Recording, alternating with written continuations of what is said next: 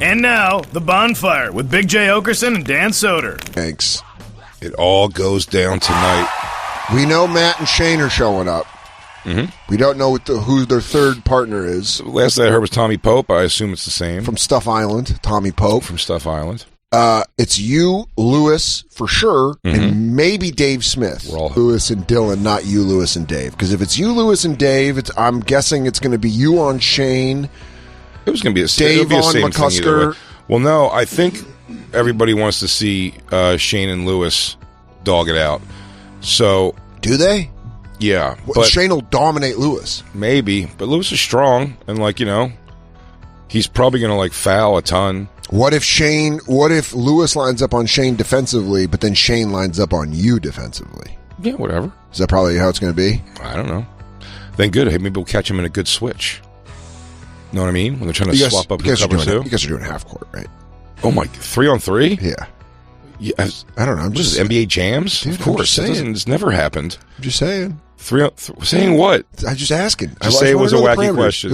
It wasn't that crazy of a question. Dan, ask me if 3-on-3 full court was a wacky question. You're right. 4 is where you should start asking that question. Nope.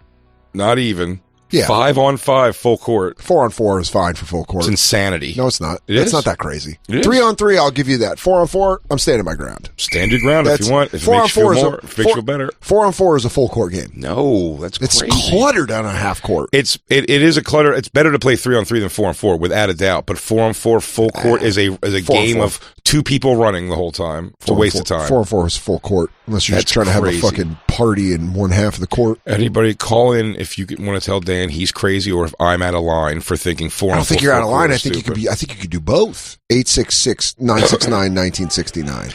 And just you know what? Don't even call in. Just put up a poll. Yeah. 4-on-4 is for full court. 4-on-4 is great for half court. It's the perfect half court setup. No, I see. I think 3-on-3 is the best. Too many people. It's a lot of people. It is. 4-on-4 is a little cluttered for half court, but you'll play half court before you play full court 4-on-4. It's insane. Over the age of 25, yes. All right. I think when you're young and you can run around. We did this. I've never played 4-on-4 full court in my life. It's the dumbest idea I've ever heard. Not by you. I don't think 4-on-4 is dumb. I think 3-on-3, saying 3-on-3 is full court's dumb. I'll give you that. I'm not calling you dumb at all. You used the D word, so it's out there. No, I said you put it out if there. Somebody plays 4-on-4 full court, unless it's a drill you're running or something. Maybe you just like having nice cardiovascular shape. I mean, it's going to be exactly. Maybe you like having a tank. You might as well play 2-on-2 full court. It's just it's insane. Now that's fun. You're getting fun. There's not enough team defense. What about 1-on-1 full court? I mean, while we're talking about it, if you really want to get fucking, if you really want to fucking, you guys are playing 3-on-3 half court, 221, which I still find to be a mistake. But you think it should be 15? I bet it gets knocked down to 15. Because if not, can't knock it down mid game though. I think it needs to be 15 by 2. No, it's not like that. It's 1s and 2s. Deep ball, 3-point line is a 2-point shot. And it's 1 on the inside. That's what you're doing to 21? I'm fine with that being the rules, but to 21, I think that's a terrible idea. That's a terrible idea. If we do 21, it should be 2s and 3s. Yes. That's what the thing speeds that up. We need exponentially. We need a legit scorekeeper too. Who's going to be are you going to be the first to gas, or do you think there's going to be someone else? You're a cigarette smoker. That's the only reason I ask. Yeah, well, I'm the fattest, but it's probably. I don't know. When Tommy Pope came the one time to play with us, Tommy was pretty good. Then when Meadowlark Gillis came, and Curly Pope, Curly McCusker. Wow, look who it is! It's Curly McCusker. So first things first, I'm going to throw a bucket of confetti at Tommy Pope. I think it's water, because I will show him that one of the buckets is water. And then he'll be like, no, not water, it'll be confetti, and all while Lewis is dunking. Damn, man. Lewis slam dunks. I will not tell Shane before the game that you called him and Matt the Washington Generals. Heads up, hands over here, and Lewis dunks. Look at that. Lewis doing a little bit of hand magic. Checking out Tommy Pope. He looks that way, he goes that way. That's going to be Louis J. Gomez with the... David Talgan on stage last night at my cellar show, and immediately took a Cafe Reggio coffee cup out of his jacket pocket and put it down. He goes, up close magic.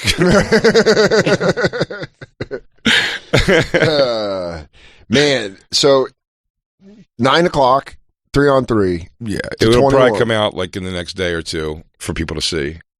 Are you videotaping it? Oh, multiple camera shoot. Yeah. Multiple camera shoot. Dan doing some color commentary. Maybe. I don't know if No, you don't want to do it now? I mean, I'll do it. Yeah. Is it going to be set up? Well, Because I could. What do you mean set up? It's just knowing Lewis and knowing production value. There's a chance that I could show up and Lewis is going to be like, stand next to the camera and do it. It'll just pick up on the microphone. I don't think there's going to be a table. I don't think there's. There is. There's no table. Just 4 microphones. I'm fine. 4 microphones. As long as there's a microphone. Yeah, there's going to be 4 microphones. Also, Bobby and everybody's coming over. When we get back to my place, they're going to be there like minutes afterwards. Everyone's going to be like those people. To set up. Yeah. Did you rent out the... No. There just might be might be other people playing. We have to just wait for somebody else to finish. Dude. And here's the thing. There were the whole crew waiting for someone to finish. I told him we're not going to... I told the guy today who's hooking us up, I'm like, he's like, I'll tell the guy downstairs that you guys are coming. Hopefully he remembers to do that. If he doesn't, then I got to start throwing other people under the bus and saying their names. Like, well, Anthony said it was okay. So, and then we're going to go down there, and hopefully no one's down there at all, but maybe it could be packed with people, and we have to wait a little bit. It's a Tuesday on a cold night. I feel like nobody's ever down there. No, sometimes people are down there. How many outsiders you got coming? What do you got the 6 of you. Mm-hmm. You got Christine and I, so that's 8. 8. And then you got Bobby Hutch, Alex. I should probably check in with Mike. Alex and Bobby and see who's coming. Yeah, because I mean, if they're you texting me, so you get over 15 people. You think it's going to be over 15 people? Yes, I figured about. Think it's going to be over? I figured about 20 people. 20, you could get away with 20. Oh, Bobby asked me if I heard the intro. He did it. I'll listen to it on the break. What? Oh, such great news all around. Man, look at my phone for 5 seconds. Kelly Green Eagles jersey's coming back in 2023. They're bringing it back, huh? Bringing it back. With the full bird with the wings on the sides? It's very possible. I don't know. Love a retro. But, yeah, I got the coolest thing is I got officially happened. Matt Cord, the in-house announcer for the Sixers, to do our intros. Oh, you should have let it be a surprise. Well, they're not going to know. He doesn't say, hey, I'm Matt Cord, the in-house announcer. Oh, yeah. Good point. So that'll be awesome when you get to hear that. Hopefully we could thump that over the loudspeakers. But yeah, it's pretty funny. Like, we're pulling this off pretty covert with 1 or 2 people in the building being in on it. Yeah. I would have rented it, but there's no way to do that officially because I have to let the guests be able to play. Bonfire context. The 3-on-3 game to 21 by 1s and 2s, which is crazy. It's crazy. For $1,000 each. I think. $3,000 a team. I think so. My question is, are you bringing the money there? Or is it going to be like a stack of money on the side? Like White Man Can't Jump? Yeah. We got to let someone hold it? A big old cash roll? Yeah, dude. Dan, will you put it in your bra? Yeah, dude. I'll put it in my wiener bra. That's what I call my underwear. I don't know if we'll have time to make sure everyone can bring 1,000 cash tonight. That'd be very fun. I'm just saying, it'd be a cool thing if you would have done it. It really would be a cool thing. But it'd also be cool to give it 6K. To give it over on a podcast, maybe. Yeah, you definitely have Matt and Shane on Skanks. We have to give it over. And pay them. Or get it back. Or get the money. Or get the money.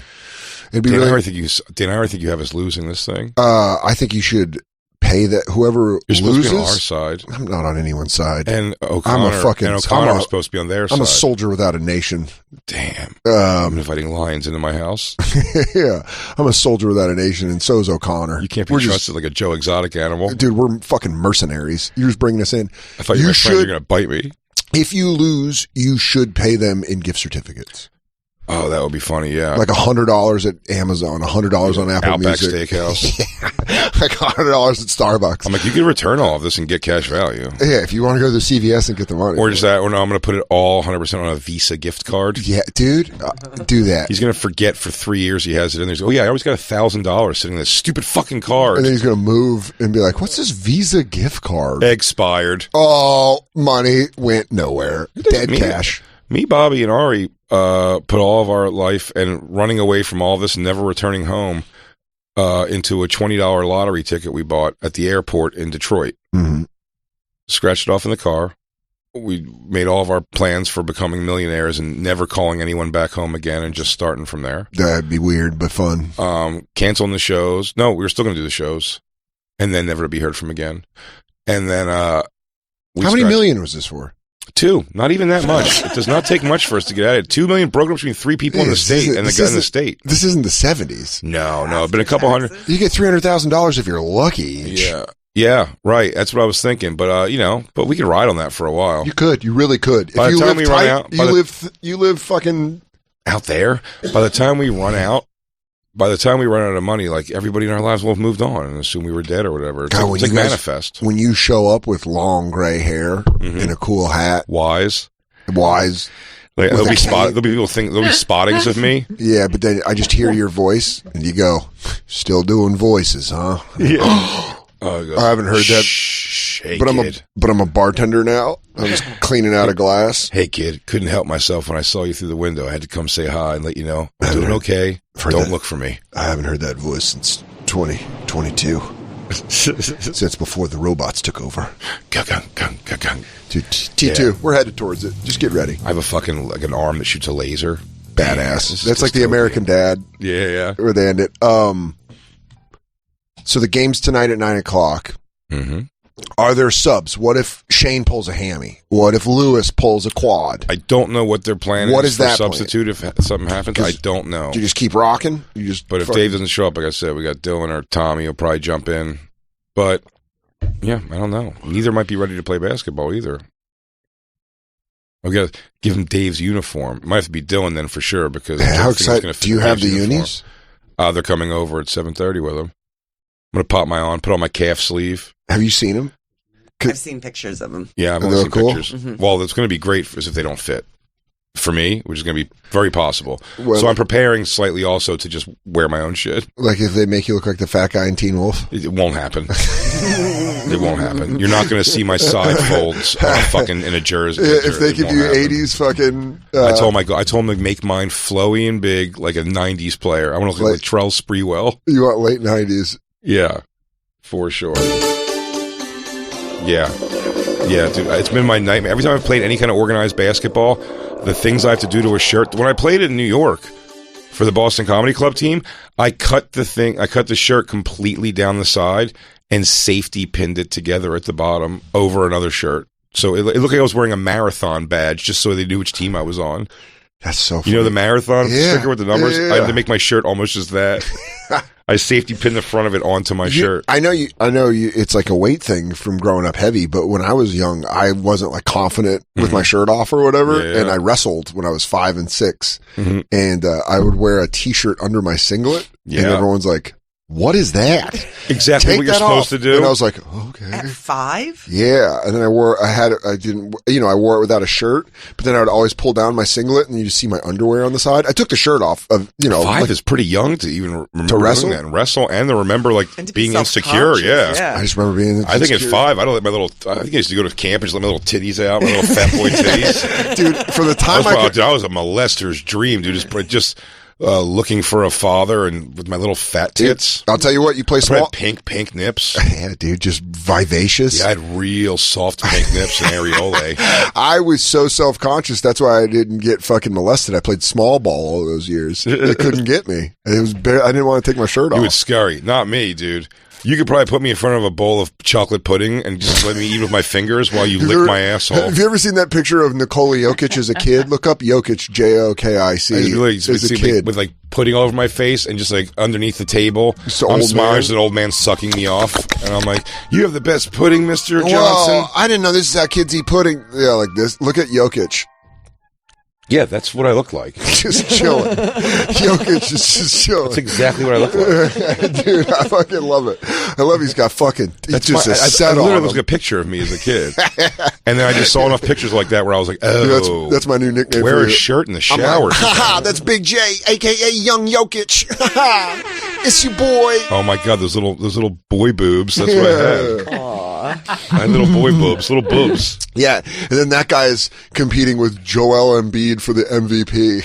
It's fucking crazy. Yeah, me and him have a very similar trajectory in life. Yeah, dude, you're about to be the Jokic it's all of comes this down game. to this. I had a real fucking hard time trying. I had to get in a wetsuit when I was 12. Yeah, because you're a surfer kid. And I was like a fat girl. We were at like Marine camp. Oh. And it was just a nightmare. Not being able to self-zipper your wetsuit with that long zipper thing.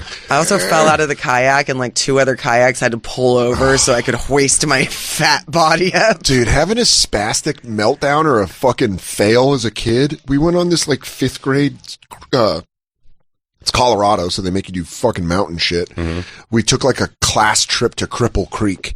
It was like an overnight. Cripple Creek. And then you would do we went like, cross-country skiing. They wanted to show kids what cross-country skiing is. I had done it because of Nick, my stepdad. He'd make us go cross-country skiing because he was like an outdoorsman, builder guy. We went up, and I freaked out because I couldn't get my, cross-country skis, they're on the front. You clip in the front, and then you're like, so your ankle can go up. It's like your whole foot's not locked in. And I couldn't get it in the instructor. And I started getting like huffy, and I just had that bitch energy. And he was like trying to click the ski in. And he's like, going to go without me. And everyone was already clicked in. And I was like, we had like this kid, William Hang or something. He was like a straight A student. And it was like, I'm sorry about William Hang. And he's like, what? I remember the guy being like, he was in his 20s. He was just like, what's wrong, kid? And I was like, yeah. He's like, fuck, dude. My whole class saw me being a little spastic bitch. I could tell by your lack of reaction when I said Up on Cripple Creek and sang it that you didn't know there's a song called Up on Cripple Creek. Honestly, as you said it, I was trying to recall the story while also being like, dude, that's pretty sick. I didn't know that the band sang about Cripple Creek. Is this the band? Yeah, I didn't know that. Up on Cripple Creek. Fucking shout out my 5th grade, shout out Mission Viejo 5th grade field trip. Too bad the band sucks. What? Dude, their version of Atlantic City is the de facto Atlantic City. The Springsteen one? Yeah. It's better. I like when Ed Sheeran did it. Fuck you. That made me mad. You look so pretty in Atlantic City. No, dude. It's the band's version or nothing else. Well, Springsteen wrote it. I know, but his is all sad. Yeah. Do you also They blew up the chicken man Philly last night. Do you only do Prince's version of Nothing Compares to You? Yes.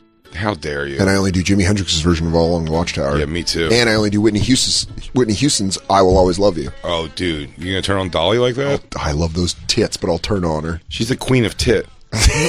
Titty queen. How dare you? She's your queen. Yeah. She's the queen of tits, dude. Yeah, the band's version rules. I don't know it. Atlantic City? I know the song Atlantic City. Meet me tonight in Atlantic City. Isn't that fun? Got a little accordion? Sounds like a one-man band. He's just doing it it's with like one knees. guy doing everything, and knee cymbals, and accordion, bass drum. Nah, man. I'm not lying when I say that will genuinely affect the way I listen to the song for the rest of the history. One-man banding? But I still like it. But I still love the song. I still love the song. Up on Cripple Creek. Yep. She did the boom, But being a little spaz is what it's all about. If you were a cool little kid, I hope you're a boring adult. The way I used to throw fits to my father, like I used to lay on the ground and kick and scream. Great. Till what age? Way 17. past. Yeah. Till like 27. 47 years old. Till like 14. Really? Yeah. Damn, dude. And you know what, though? From your dad's perspective, now that we're adults, he just wanted to get hammered. His wife just died. And he's like... This was before this when she was still around, so I think he was just entertained by the whole thing. He's like, keep going, kid. Yeah. Keep screaming. My daughter looks like a seal just fell out of the water. Yeah. It's always funny because I was fat, just a fat girl. just being like... That's honestly, I find it... She looked at herself fat in a cowboy hat. I find it adorable. Like the way that Jay was scared of storms. It warms my heart that there's like these weird things that you're afraid of. You know what I mean? Yeah, but my fear of storms was apocalyptic fear, though. I was like, this is the day we're all going to die. And I'm like, it's drizzling, dude. I go, look at those skies. You think God's wrath isn't coming to come take us right now? You're the little kid version of there's a storm coming. Yeah. I was like, no, these skies, this is definitely God's finished with us. Guys, there's a wrath. There's a wrath coming. And I have not done all the right things to get myself up to heaven. Dude, I don't know, man. I was scared of the basement. Unfinished basement. I'm still scared of unfinished basements. Turn that light off. I'd fucking lightning up those stairs. Hell no. I like walking through my hotel rooms at like 2 a.m. Like not my hotel room, the hallways. Oh yeah, that's those always crazy creepy. Patterned carpets. Yeah, I hate it. It always creeps me out. Those vanilla, just like those meaningless pictures on the walls. A hard turn in front of a statue. I don't know what it is. And then it's another long hallway. Yeah. I always get nervous when you hear people in the hallway and you're in your room. I'm like, eee! Oh, really? Not me. I like when I'm walking to my room, though, and I hear people in their room. I always stop and see if it's fucking. 100% of the time I stop walking and wait at him. If there's a camera out there, it's like, is this guy? It would be like that Cecil Hotel documentary. You go, does he see a monster? Yeah. Does he? I'm like, no. Nope. I'm just listening here if these people are fucking in 406. Does he keep being stopped by the same spirit? Yeah, people partying. Have you ever heard people fucking?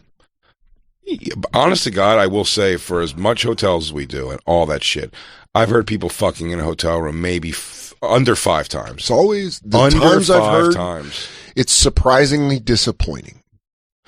Well, it's never like the full thing. You never get to hear somebody fucking. Like, it seems like they stop, and then all of a sudden you just catch like the and it's like gone again for a while. It's like, do you guys take long fucking like snack intermissions or something? Let's talk. Let's just talk. And that's it. It's only that. And then I go through all the effort to mute everything, and I'm like, oh, is this happening? And then you're like, nope. And then I turn the shit back on, and you, yeah. I'll tell you what gets me to stop every time. A nice argument. Oh, and the other, which I've heard way more than fucking. I haven't heard a ton, but I'm always more excited about an argument. One time I got off an elevator. I want to say it might have been Raleigh, like a couple times ago. Yeah. The first room off the elevator, screaming match. And you're like, I just had my bag of food and I just sat there. Just being Please leave. Yeah. You're like, God damn, dude. People have to know. I've been in arguments in hotels and I've been like, someone has to hear this in the hallway. Oh, I was gonna say, I've probably presented a few of those in my life. That's always one where you're like, someone's probably out in the hallway right now enjoying the shit out of this. Just being like, these guys so I'm like, better make it worth their while because you are a confirmed Nazi. Yeah. I remember smoke another fucking cigarette, you sack of shit. Yeah, I remember being at McDaniel's wedding. I got into an argument with the girl I was dating at the time, and then we got in the elevator, and it was us and RG3, and I was like, "Hey, it's pretty cool. How you doing? You won Offensive Rookie of the Year." So my girlfriend's being an asshole. That's pretty cool, though. Yeah, it was one of the. It'll turn your motor. You're like, fucking bit. Hey. When we got off the elevator, I was like, "Do you know who that is?" And she didn't know. She was like, "I don't know." And I was like, "That guy won Offensive Rookie of the Year." I rode like a 50-floor elevator with Paul Abdul. Had no idea. Really? I don't know if I just never looked down that far to see her. She's very tiny, or she's had so much work done. I just didn't tell it was. But we got out of an elevator, and everyone was like, "That was crazy, huh?" It was Paul Abdul. I'm like, "It was." Oh, fuck. I didn't recognize her not sitting on a Mexican person bench. When we did... That's right. I don't forget, Paul Abdul. I don't forget at all. When we did Clusterfest, I went and met up with Nate, who was staying at the same hotel as Anthony Jeselnik. And I was like waiting for them to come downstairs because we were going to walk to the shows. And the fucking, the Cavs came out of the hotel with LeBron. Yeah. Because they were playing the Warriors in the fucking finals. I remember you saying this to Tom that day. Yeah, I was like, holy shit. I just started watching them come out. I'm like, wow. Dude, what dorks are we? There was a festival going on and parties and blah, blah. Do you remember we went back at night and just played some sort of a weird... We played Around the World. Around the World on like... In our hotel common room. Yeah, it had like a little basketball thing. It was the largest festival Comedy Central had ever done. They put money into it. Yeah. There was parties around downtown San Francisco. Monster failure. I mean, just complete collapse. I would almost blame Skankfest for kneecapping it back in 2019. They, and then, me, you, Sal, and whoever else was staying at the hotel would just go back and play in DeRosa and play around. No, DeRosa was out. I'm wrong. DeRosa went out to party. I know Sal was there. I know you, Sal, and Wait, what game are you talking about? We'd go. Remember those basketball hoops were in the hotel? Oh yeah. And we'd go and shoot. Yeah. While everyone else was there. What's that? Me and Jacob were there. Yeah, that's right.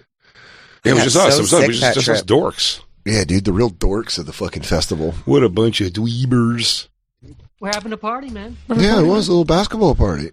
We're all getting our second chance now. We're going back to Moon Tower. Some of us not for the whole thing because they have to go watch other comedian shows. Jacob. Oh, yeah, you're leaving on Saturday. Yeah, he's got to get the fuck out of there. Saturday morning. Who are you going to see?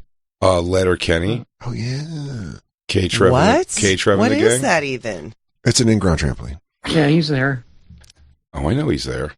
So Jacob's leaving. He doesn't want to hang with us. Where are you seeing him live? It's Jacob, bad timing. Jacob, where are you seeing him?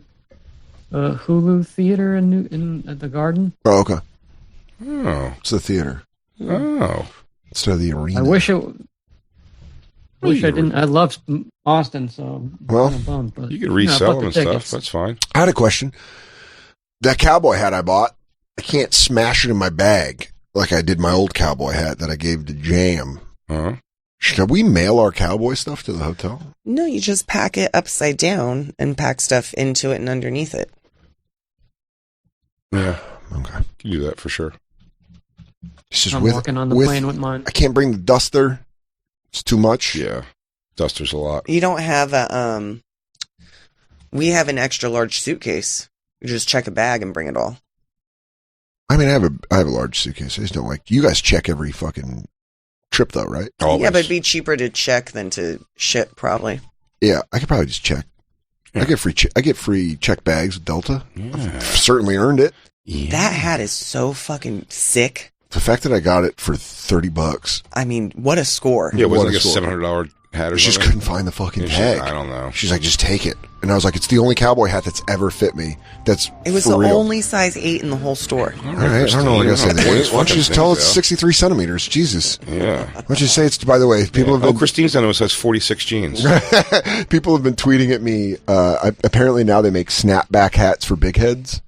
Really? Yeah, they make like extra large hat, dude.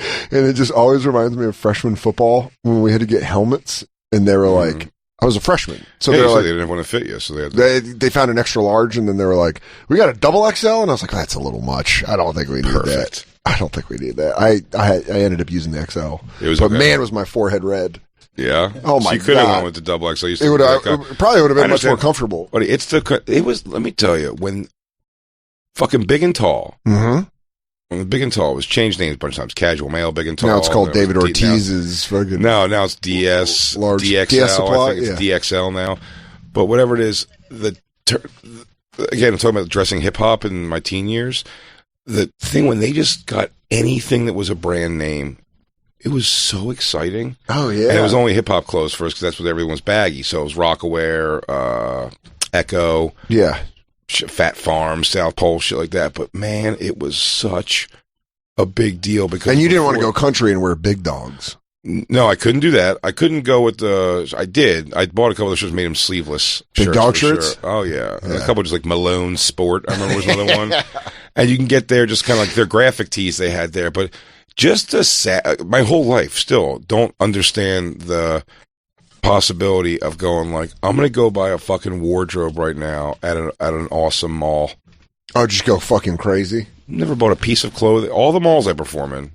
Never a piece of clothing. Outside, that's not true. Sweatpants. I bought sweatpants, which that couldn't sound fatter. I bought sweatpants and super stretchy underwear. I bought pants that have give. Were you a South Pole guy? I was whatever had a logo on it that wasn't just like your dad's shirt. Do you know what I mean? Gotcha. So yeah, South Pole, Fat Farm, all of it. I had all those things. There's a weight limit at this party. Damn. Christine, I'm Ouch. sorry. Ouch. Is that Dan with the shirt off picture? Yeah. Are you sitting on? What? Oh, yeah. Wolf, dude. Oh yeah. Shut up, dude. Your Woof. body's fantastic. No, it's not, dude. That was, by the way, that was peak drinking. Yeah, and look at you. You don't look bad at all. No, man, that is not good. Now, you're wrong. It's I would fucking kill for that body. yeah. Yeah.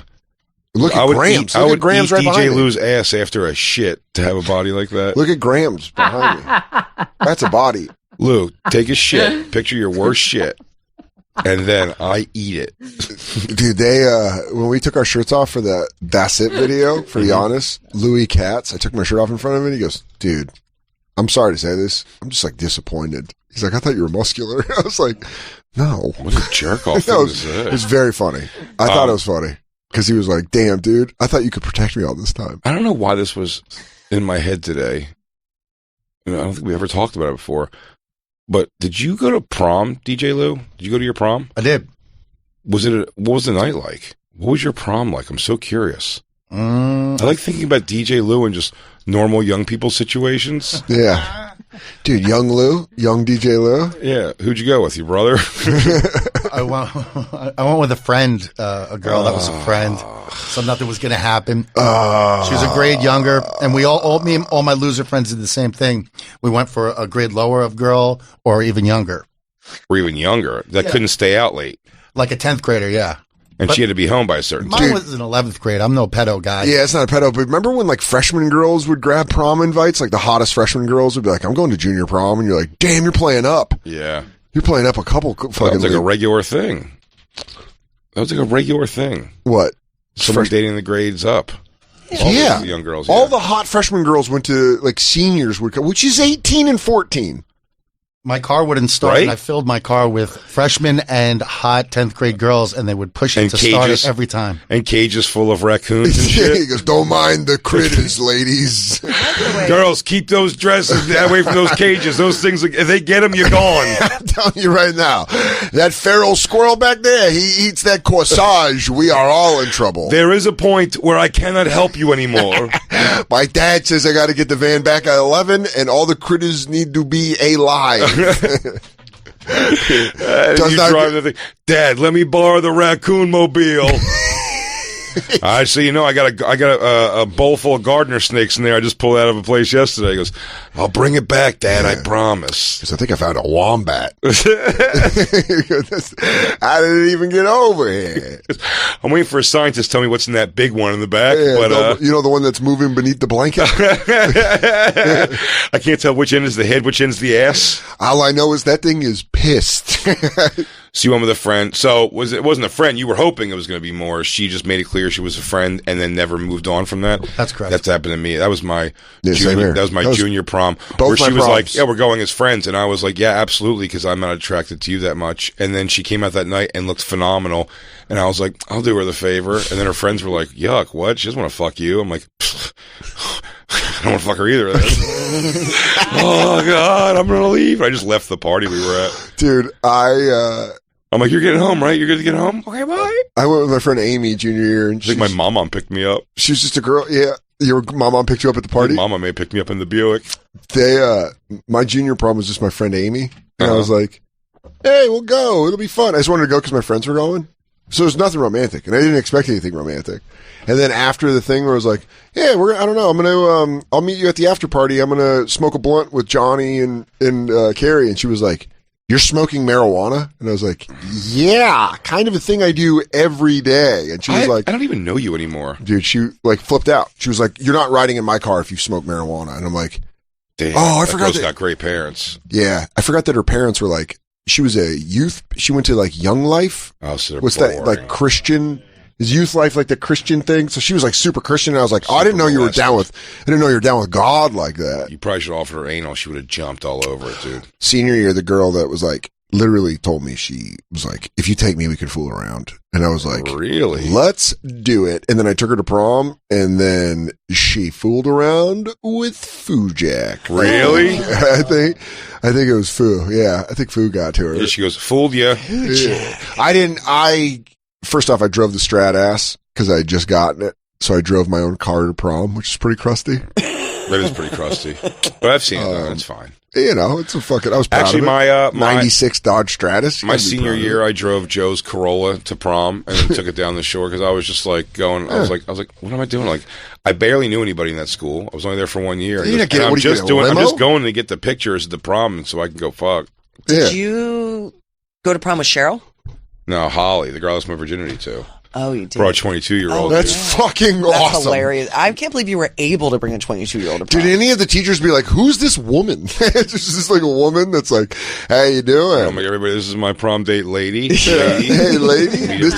That's my geography teacher. That's the assistant JV basketball coach. Yeah, you might know her from your book club. Yeah, you might know her from your fucking trivia team down at the local fucking bar. If anybody wonders later on, this girl's going to slam a snack pack of tapioca pudding onto my little fat dinger.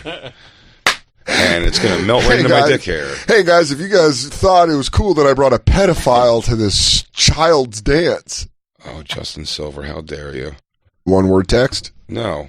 Hello. He wants to know if I can do the show on the 14th. It's like, not to bug you, during work hours. No one knows we do this radio show. They don't know when we do it. They always call us. Even our own representation doesn't know. That's when the reps do it, you're like, man, you guys don't even listen, do you? Yeah. And they're like, I absolutely did. You guys did. The show's been great. I've heard all the stuff. You guys are talking about current topics and the day's issues. You guys had Redman on? I was like, that was 4 months into the show. It's been 7 years. Oh, no, but I'm saying it was a highlight for me. I mean, I just can't stop thinking about how good of an interview that was. He really enjoyed himself. You could tell. Anywho, do you want to go cross country 16 times in the next 3 months? The girl that I took to freshman homecoming was the one that, or my senior homecoming was the one that I told you, like, drugged me along for 6 years. And she showed up at the Comedy Works show with a couple of my friends. And they were like, I was like, hey. And they're like, yeah, she said she went to homecoming with you. I was like, did she tell you the part where she got a boyfriend a week before the dance? And everyone was like, whoa. I'm like, what, are we not sharing everything? And you're like, I'm talking about you, bitch. You give her later on. He goes, yeah, it's been sticking up my ass. And now you're just going to waltz into my show like you own the fucking place? You're just going to go to the early show on Saturday during a snowstorm. You can't even let me think that maybe you would have fucked you, bitch. All these years later, you couldn't even come to the late show and make me think you wanted a piece. Really cool. But you have those details and you're like, I've been holding on to it. I mean, it was like a giant group of people, so it was said in jest, but it was a real thing that happened. And I still took her to homecoming. She was like, I have a boyfriend now. And I was like, City. Her boyfriend, like, didn't go to school? No, she went to a different school. Oh, okay. She's like, yeah, I'm dating a guy, my boyfriend Robbie. And I was like, jeez, still want to go to homecoming? She was like, whatever. Guess. We went to the dance, dude. This was the best. My mom was staying at one of her boyfriend's house. Shout out early 2000s Trish. Just a fucking problem in the Denver metro area. Yeah. And she ran that place, so. Dude, good luck. You're in the singles? You guys didn't wait for a table at a restaurant your whole life. Goddamn right, dude. And never paid for an oil change until I moved out. The dish. Get over here. Trish is so Murphy Brown, I can't take it. I love it. She really is Murphy Brown. That's what I always thought when I watched that. I was like, that's like my mom. She was, a lot of shoulder pads in her outfits. Real Paula Poundstone looking.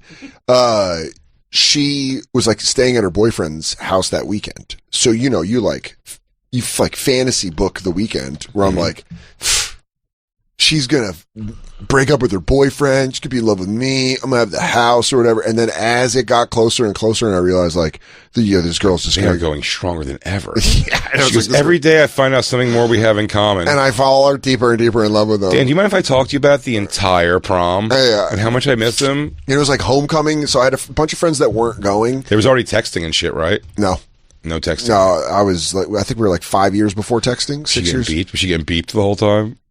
I don't remember. She was getting paid. She had a cell phone. Ooh. Definitely had a cell phone. Like one of those old Nokias. That's because her dad thought she was hot too. Got her whatever she wanted. Hey, princess. No, she went to. If it makes you feel better, Dan, she didn't fuck you, but she probably was raped by her own father. So well, thanks, Jay. Dan Snow, it wasn't you. It was her father's dirty hands being all over her young body that's ruined her for the world. It's not you. You were great. Thank you. You were pageantry that night. There was a So like as we got closer to the weekend, I was like, I'm gonna be alone. This is not gonna happen. So I had like 6 or 7 friends that weren't going to homecoming, didn't have dates or whatever, and I was like, yeah, don't fuck me. Yeah, I was like, we could do a gay gangbang. I was like, oh, we can. Guys, I'm not keeping my dick dry on prom night. One of you's fucking me, or I'm fucking somebody. So I'm dunking this thing somewhere. Guys, we're doing a fucking snake eating its own tail. We're all gonna suck each other's dicks. But I had like 6 or 7 friends where I was like, why don't you guys come over? We'll get beer. We had like, and then I'll go to the dance. I don't think maybe if I'm lucky, she'll come back and we'll party. So I still had the idea that like it might happen. And then she's going to see you in your tuxedo. And be like, in my suit. My God. And be like, who is this fucking debonair guy? So I go. Who's got that suit covered in dog hair? Oh my God, it smells like old cat piss. And so, why is there a name tag on it that says Nick? Why does it smell like ammonia? So we go to homecoming and she's just like not into it. It's pretty obvious. Like I pick her up and she's just like, yeah, whatever, pictures, let's go. And we like go to the dance and finally I'm like, fuck this, I'm gonna go home, and we leave and I'm like, do you want to come hang out? I'm gonna have like a party at my house. And she's like, I gotta meet up with Robbie. And I was like, oh my God. All right, fine. So I like drop her. So I'm mad. I like drop her off and I'm like kind of pissed. I'm like, fuck this, dude. This sucks. And I go to my house and it's a party. There's like a party going on. I think I've told the story maybe before the show. I go to the front door and it's locked. And I'm like, what the fuck? So I'm like, doo, doo, doo, doo, doo. I start fucking kicking the door. And one of the most dangerous dudes from the year before, who's he's supposed to be gone. This kid, Andy, just opens my door and he's like, what? Like that. And I was like, mad from the thing. Your door. And it was my door. I go, this is my house. And he was like, all right. And we were like in a weird yelling standstill where I was like, all right. I know you're dangerous. I'm not going to make a move on you. He's like, do you mind if I have some soda from the fridge? Dude, it was so weird. It was like this fucking standoff, and then my friend Joey got involved. It was like, no, this is Andy. He lives here. And he's like, oh, what's up? And I was like, hey. I was just so mad. I was like frustrated. So it was like, I just yelled at this guy, but then in hindsight, I'm like, that would be the guy not to yell at. No. And he just opened my door. But and I was also like, dude, prison rules. You go for the biggest guy first. And he wasn't even the biggest. He was just the craziest. I love that you're just so mad that you didn't care. I was like, get the fuck! This time I have my heart broken. Yeah, because it sucks. You really set yourself up for that. Totally. Like, set and I blamed her until I got older, and then I was like, "You idiot! It was your fault the whole time." She told you the entire step of the way. It on you when you. It's not like she got in the car to go to prom. Was like, by the way, I have a boyfriend. No, she was like, "Hey, dude." She was trying to tell me that she was trying. You know when you like try to cancel plans, but no one picks up on it. Where you're like, I don't know. It was actually much later than I thought it was going to be. That movie. The only movie is playing that late. She was. Shit. I think she was trying to cancel. Like a brilliant next day, but I should be okay. I think she was just trying to cancel plans, and I just wasn't. Yeah. You took every opportunity away. Yeah, she was like, well, I have a boyfriend, but I'll still go. I'll still go to homecoming with you. And I was like, okay. Oh, what a puppy dog. Oh, that's perfect. I'd love that so much. She goes, yeah, but I'm probably going to have to leave pretty quick afterwards because I'm going to have sex with this other guy afterwards. He goes, that's actually exactly how I was hoping it would go. I have to go fight a guy at my own house party. Oh, cool. I have the most dangerous wigger in the history of Aurora opening the door of my fucking house. I'm having a hard time getting to my own house party. Who started the house party while you were... My friend Joey. Joey Owens, who's in the fucking Campers Face Group thing. Him and fucking... Oh, no, I think he went. He went with his girlfriend Maggie. It was our other friend Joey C. Who fucking just started it up. Dude, I walked in and I was like, there's kids from Eagle Crest here. There was like kids from other high schools. I'm like, what are you doing? That's hilarious. I was like, what's going on? School kids. People wearing your mom's clothes. I was like, what the fuck? And I was... dude, your mom's got the best... Dude, the best Murphy Brown jacket collection. Your mom's tits really this big? And you're like, dude, get her bra off you. Hey, guys. They found this in mom's nightstand. So, put that away. Dude, I just remember... Whenever we had parties like that, it was fun, but it's kind of sucked for me because I knew I had to clean up before my mom got home on Sundays. I never had a teenage house party, like a real house party ever, and I never would have. Well, it was fun. Nah. It was fun because the worst part, place, it ain't fun. The worst part about being a teenager is you don't have a place to go. Mm-hmm. So if you can find a place to go, you have a house party, but then also you're like, keep it low key. We do have some footage from one house party I went to, Lou. You could turn it up. Oh, damn, dude. Is this when you were dancing with Little Jay? Yeah, it was me and Little Jay. Started doing and we did like kid and play move like this. Oh, wow. And we did this thing. Yeah. And around with so many. Damn. Usually there's another guy, and then we both split. And then we pop up, and then we do this thing. You guys probably had to punch your way out of all that pussy. Yeah, and then the girls started battle dancing back. What? And then we ended up all, I think we all had sex. Damn. And then my dad came in yelling stuff about Dolomite. And then other stuff. How many house parties did you have? I think there was 3. The second one I went to college, and the third one the guys from Immature were there. One of them grew up to be Marquise Houston. Whoa! Very successful. Wow! Pretty cool party. That's a real cool party. House parties. I had the one when Kim Krapinski held my hand outside for my organized outside games, and that was the last party I ever had. It was a win. Kim Krapinski held my hand that night. It's only downhill from there, dude. It's only heartbreak after that. And you know what's funny is they can like. Now I can go, the head coach of the Miami Dolphins, I used to party at his house. It was a house party. Was he at your house party that you weren't allowed in? Yeah. No, he was at homecoming with his girlfriend and then probably having sex at a hotel. Yeah. Oh, it was like what a stud. It was like me and the dorks. So what was the rest of your night, TJ Lou? You went with a friend, underage. We went with You were overage. And they didn't want to hang out after? No, we all went down the shore. They had fake IDs so they could have sex with you against the laws. We Break partied the rules of New Jersey. in a limo and rode down to the shore, and then we never saw them for the rest of the weekend. Well, you guys stayed the whole weekend. Yeah. But Ocean City? Yeah, but they were... Seaside? Seaside. Yeah. Wait, you rented a house? Yes. And they were in the house how also? big? With you. They were at a different house than we were. But how big were your plans when you get that house? You know what's funny is when you're that age and you come into a house, it's really the only time in your life you check the bed for fucking. Where you're like, oh, okay. Because as you grow up, you're like, no one does that. I had friends that did the beach house thing. It never made one lick of sense to me at all. Oh, I think it makes a ton of sense. No, I'm sure. Just to get drunk. Exactly. It was like getting drunk and just sitting on a beach. I don't know. I just didn't get it. God, that's awesome. But then again, there was also like parties at night and all this kind of stuff. It wasn't my thing. Man, when you're landlocked, really all you have is a Taco Bell parking lot.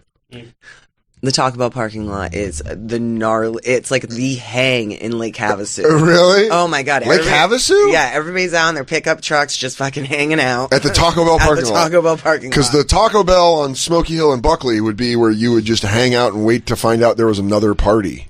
Yeah, I'm an antisocial, I think. Were you just at home on Friday and Saturday nights? Oh, in high school? Yeah. Yeah. You didn't like try to go out, go to parties or anything?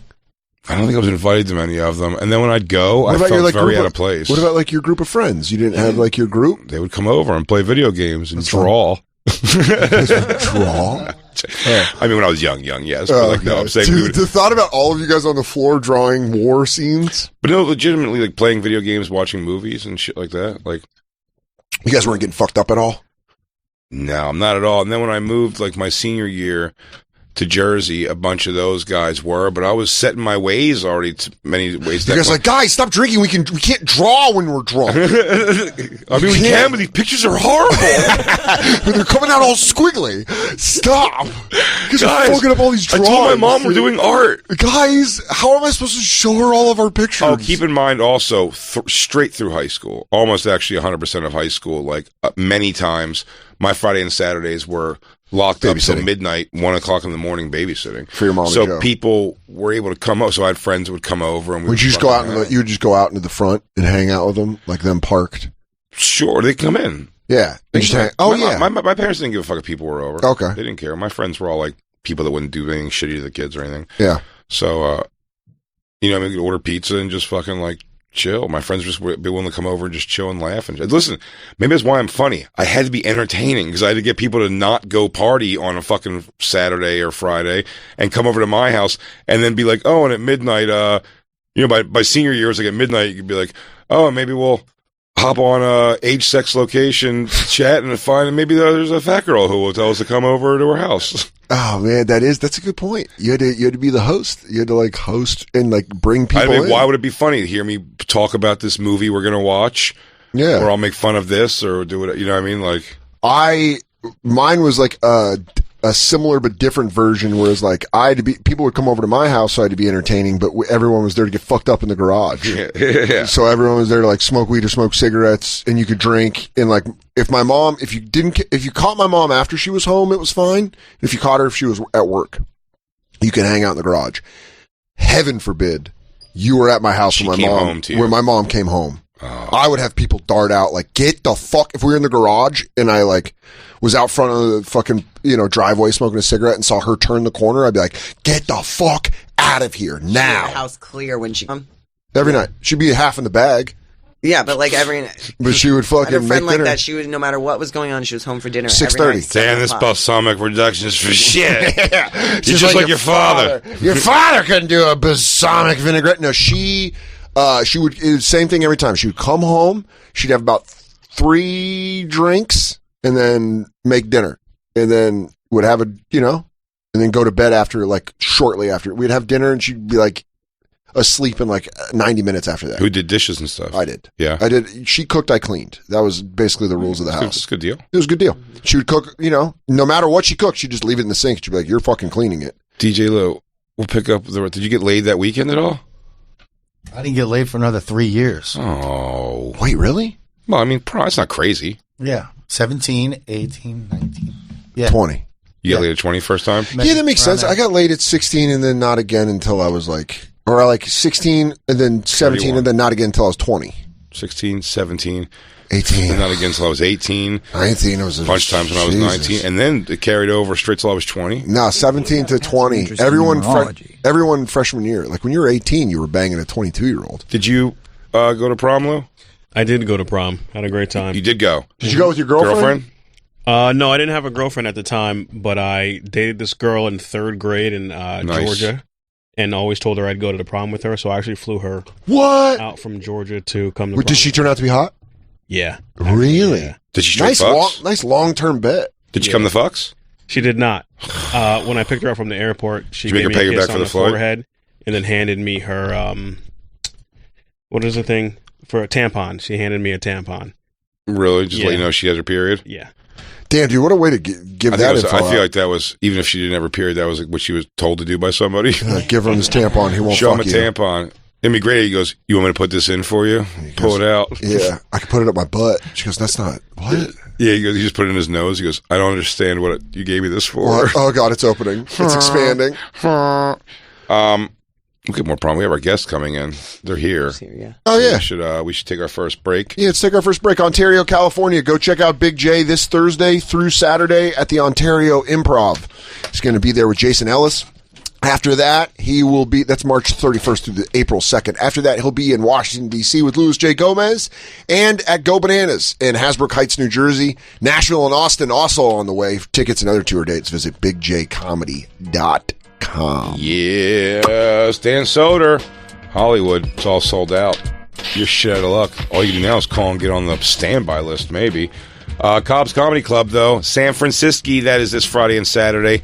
Get your fucking tickets now before they are gone, and they will be gone. The Paramount Theater, Austin, Texas, part of Moon Tower Festival, but it is a standalone show, so you can buy tickets for just the show at the Paramount. Let's fill this fucking thing up, everybody. Show them what Dan Soder's all about. Paramount Theater, that's Thursday, April 21st, the day before we do the Bonfire at Antone's. For tickets and all the tour dates, of course, go to dansoder.com. They can get the tickets for the individual show on your website, right? dansoder.com. They got the ticket. Oh, yeah. We got a fun guest coming in. We'll take a break, and we'll be right back after this.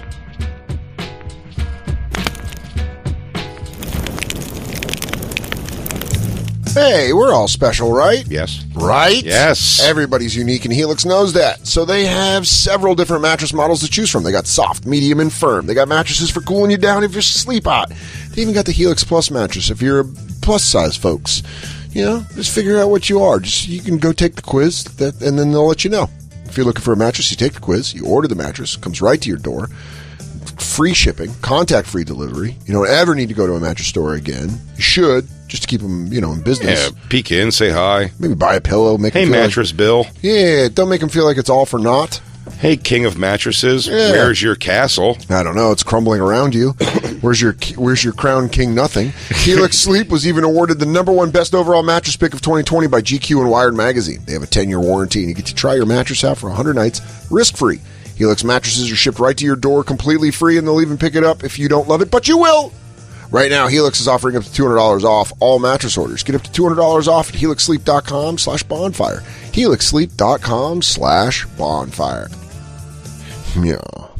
Do you guys realize Jacob ran off before he could tell us about his prom? Yeah, why didn't he say that?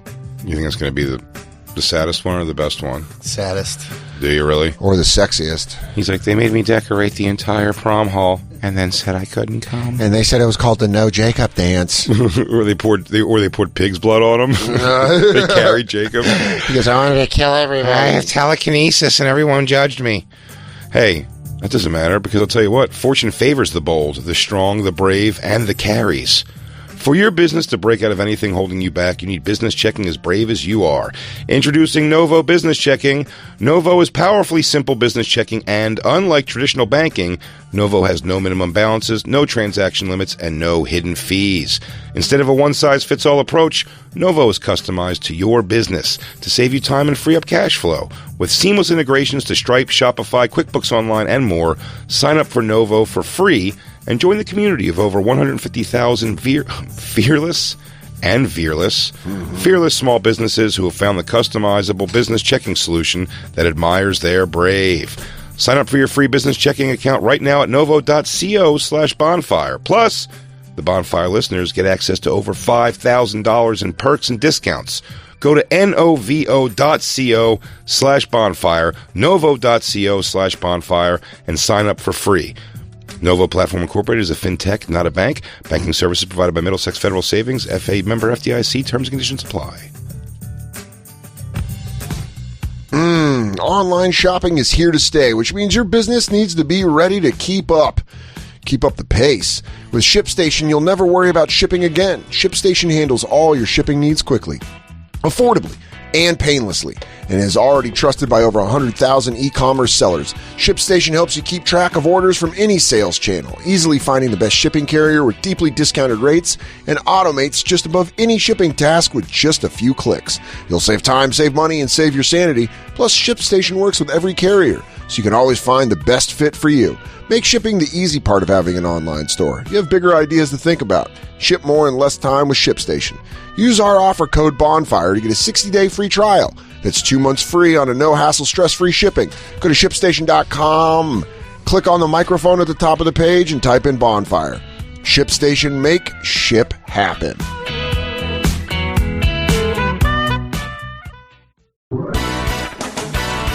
Yes.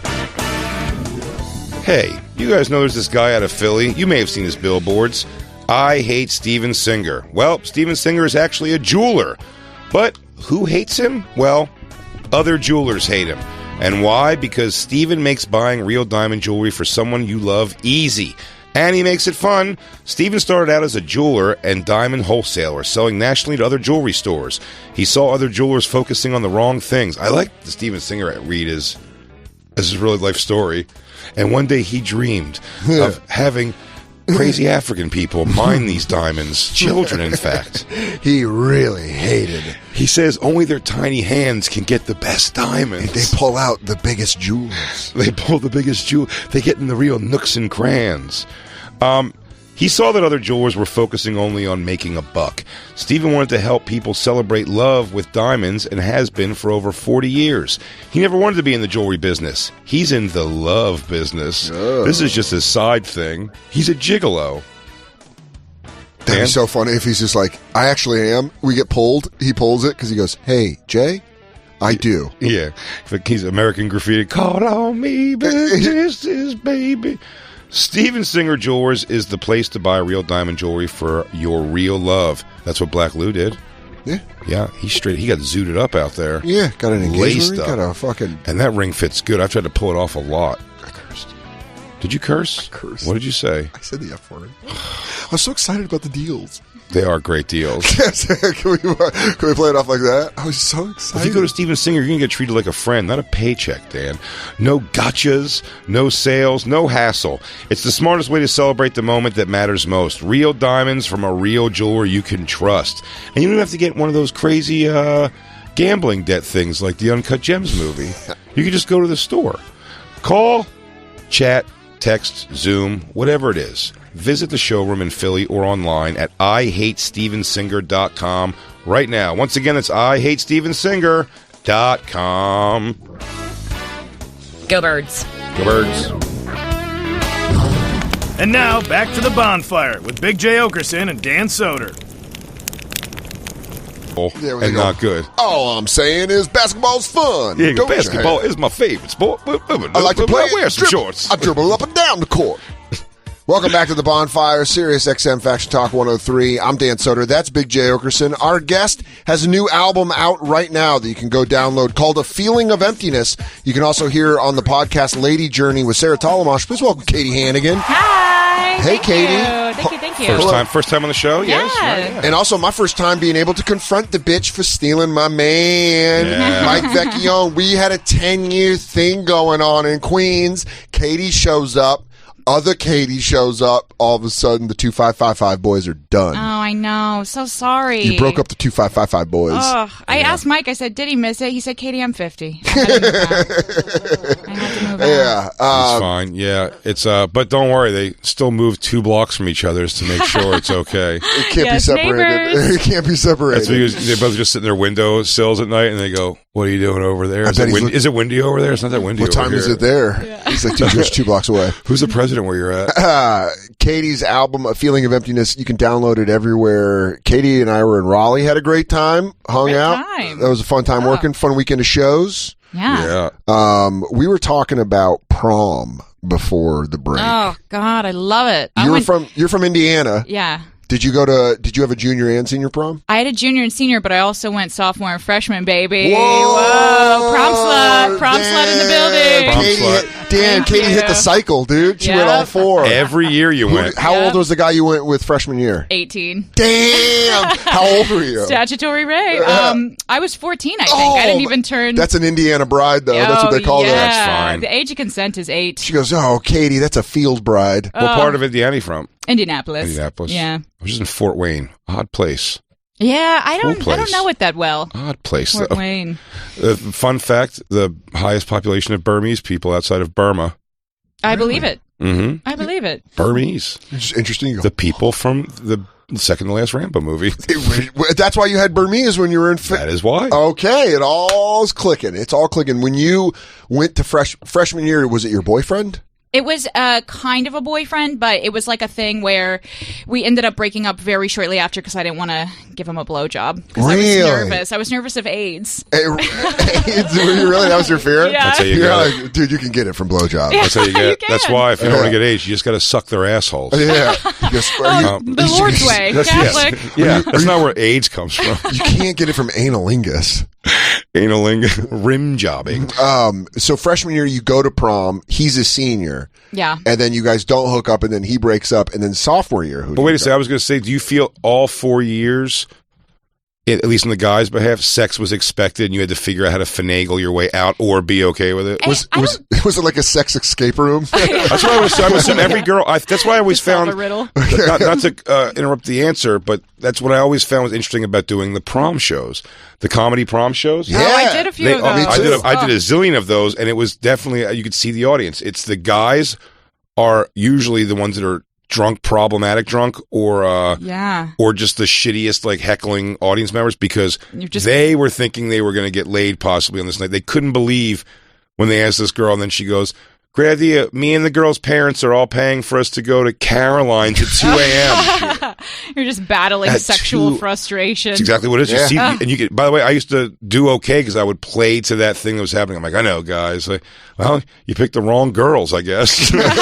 Turn it on them. I mean, good for you girls, for your parents. But I mean, dudes, this was not how you wanted to. At the end of this night, you didn't picture like, oh, and then I'll watch some fat idiot yell shit at me on stage. And also, the girls loved the shows because they were like... They loved them. They loved me. Yeah. I said, ladies, who's a virgin? Me. Who's going to stay that way tonight? And they're all like, me, God, please. But they were like, the girls were always like, this is part of their party still. They're out, they're enjoying the comedy show, and the guys were always just like the most like drunk, like, fuck, man. And I know what you think. They probably pay the comedians pretty good money to do that. Not at all. They give you $10 to $20. Yeah. Oh, yeah, really. You guys got paid? Yeah. Also, even the ones that were fucking their dates, though, they were like too cool for school, too. They were almost like, we're here at this kids thing, I guess, because her parents don't know that I'm plowing her on the reg. So he didn't really care, but he was also the guy. It's like, yeah, don't ask me questions, dude. I don't really want to talk to you. Shut up. Or try to be a smart ass back, like that kind of shit. Oh, I hate that. That male energy ruins comedy shows. Yeah, well, then what's funny is it flips in adulthood, and then drunk women ruin most shows. They really do. So, like, they pass the baton. I used to do ballet. Talk about ballet. Where's that shift? 30? Yeah. Oh, yeah. I think it's when your dreams die. You're like, oh, I'm not going to have a career as a singer. Yeah. Let me fucking bother this woman. Donnell Rawlings, they have a video of him say like a comedy club. It's a comedy club meltdown, which seems a bit dramatic for what it is. But like he's arguing with some lady in the audience, and like I don't know like who's right or wrong or where it goes haywire, so I can't say she's wrong. It's just like when you hear the voice in the audience, it's just you could already tell everything about her just from her going. He's like, "Who are you, bitch?" And she's like, I'm a person who paid money to sit here and be entertained. It's like that kind of shit you hear coming. Like, oh, even if Donnell's wrong and in like engaging this, like this chick does suck. Yeah. People get like a attitude like they want to be treated like royalty when they go out. You know, I remember I used to work at Applebee's, and it was like everyone just thought they were the queen. Of Applebee's? Coming to go table for 4 for Her Majesty? Yeah. And make that mudslide a little strong, hon. Oh, man. I don't make them. I'm the seater, and I'm working alone. I'm a hostess, and I'm double sitting every waiter that I don't like. Oh, getting called hun? Oh. I used to get called big guy and champ. By guys? And boss, yeah. By the guys? Yeah. That's the worst. They'd be like, what's up, chief? Let me get 2 Patron margaritas. Hey, like, guy. And like I was supposed to be like, oh my God. What's the most insulting... You may have already told us, I don't know. What's the most insulting getting your attention, like, name? I was in the thick of it. No, like, waiter's not bad, but I mean, it's not great. When the housing market collapsed and it was all Europe, like rich Europeans coming over, this guy hit me with the boy. Oh. Boy. And I went, what? Yeah. And he went, boy, come here.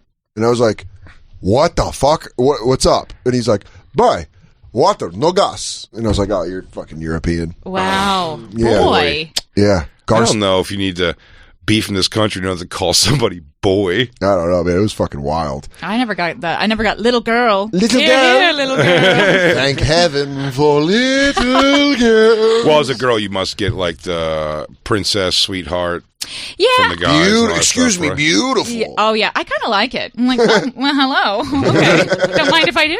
I think that can go either way. I think there's some people who don't mind. They're kind of like, Yeah, I think it's kind of charming. It depends on the guy, I guess, if he's like a creeper. Well, it's also the condescending thing. It's like sweetheart. What do we, so you can tell when a guy's being a dick versus like, hey, excuse me, trying to be charming. Excuse me, princess? Yeah. Yeah. Pardon me, princess? Or you go, princess. Hey, He's calling a dog. Yeah. Princess, here. Princess? Yeah. Princess. I mean, compared to like, I've had a guy like come up to my ear and be like, you know, I love a princess over that. Or, like somebody, you feel like a phantom hand grabbing your ass. You're like, what? Damn, really? Oh, Damn, yeah, dude, waitresses take it, man. Because as a waiter, you can, Yeah. you're a man. Yeah. They're assuming you'll fucking probably get physically violent. A woman, they like how many times did someone touch the small of your back? Oh, it happens all the time. I used to watch it happen at Dos. I would just watch a guy walk up and be like, hey, with that bill? And then you just see the fucking the arm come out and be like on their small of back to guide like you. Murray Hill personality type that does that. At this point, my new hand thing behind, people don't feel it happening, but I'm full fist or lobster claws behind their back. I'm just like, I don't know. I just don't know who to touch or put my hand on who or where. I like that. Just, excuse me, something's wrong. No, it's just something to do with my hands because or if not, I'm doing this behind everybody, which is just as weird. So I just kind of like do things with my hands, like, Yeah. Sir, I like a finger just out, just penetrating. I like to give him the Jimmy Snuka, just all the way on the side. Hands up here. When you went. So you go freshman, sophomore year to prom. Yeah. It's crazy to go all 4 years. Yeah. Did you know it was crazy to go Indiana all 4 home run. Did you? Yeah. Were you like, suck it, you ugly bitches? Yeah. I'm going 4 years in a row. I was like, oh, of course I'm going to prom. I'm a freshman. Did you ever reuse a dress? Were you like freshman year? My mom made all of my dresses. My mom made every single prom dress that I had. That's the most Indiana thing you've said. You're like Pretty in Pink. Yeah.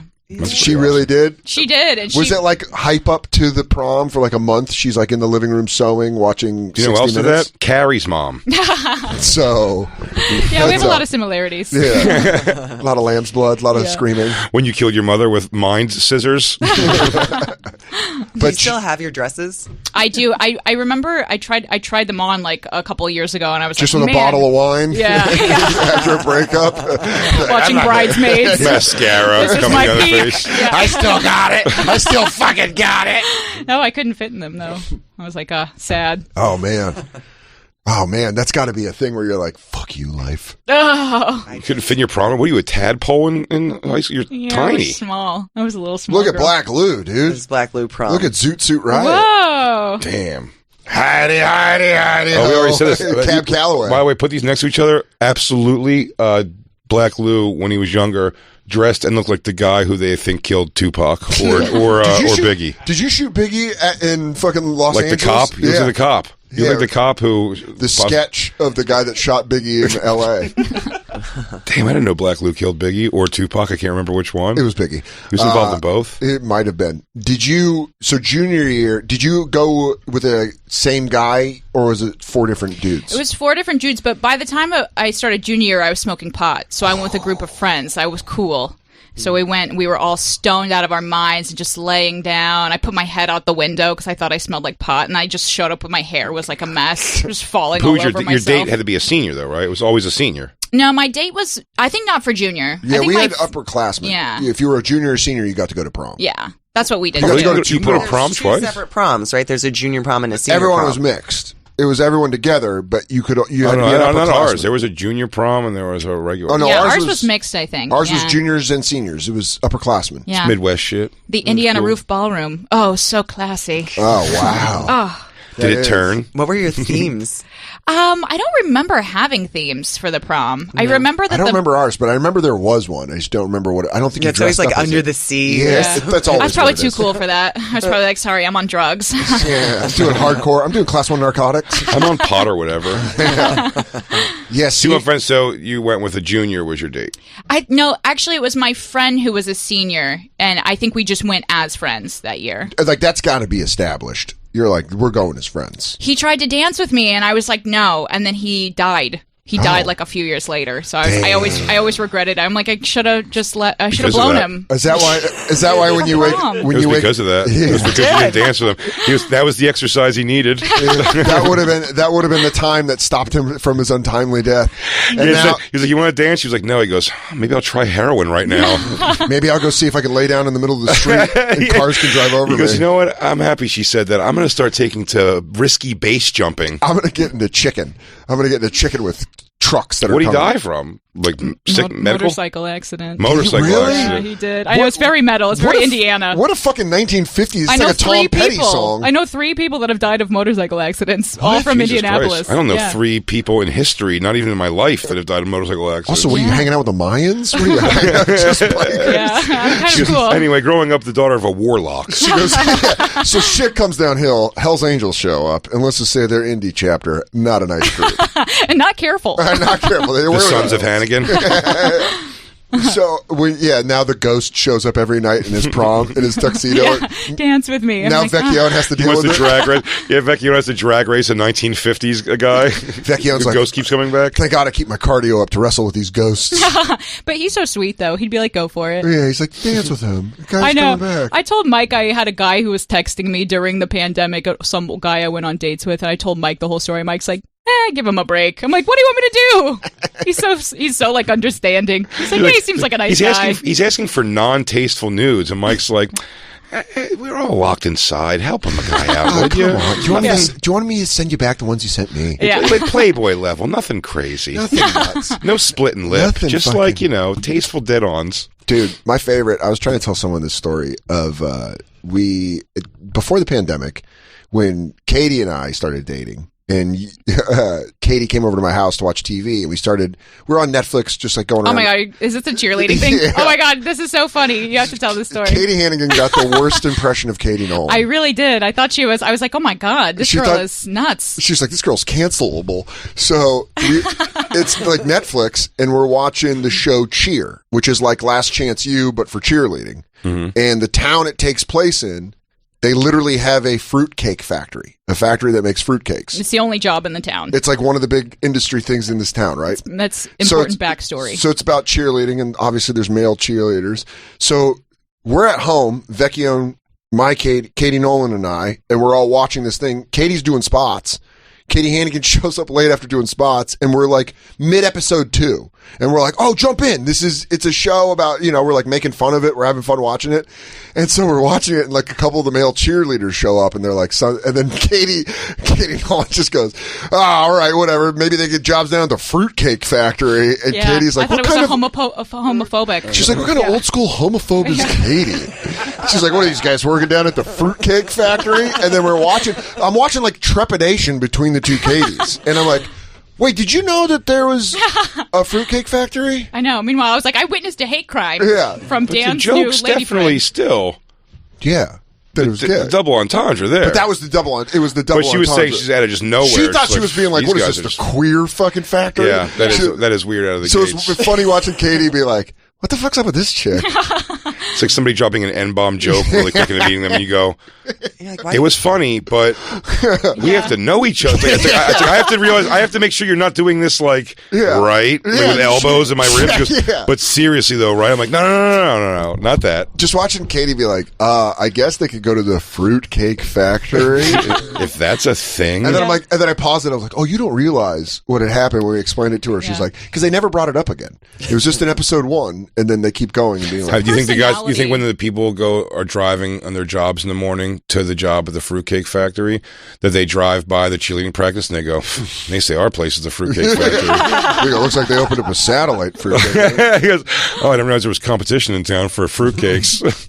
Yeah, you have to be like a certain type of person to be using fruitcake like liberally like that. Like, just be like, what's up, fruitcake? Because it is an old school kind of homophobe. Very old, term. yeah, it's like, what is this guy's a fruitcake? He's chipper and fruity. Yeah, what are we in the 50s? It is funny how they do hit your ears. They're like sissy. I've always found to be like an aggressive one. It's far more than faggot. Because I've always heard that word more in context of like not a hate crime, but like buddies talking shit to each. Do you know what I mean? Yeah. But like, I've never, like someone's like goes, that dude's a sissy. It's always been like in an anger.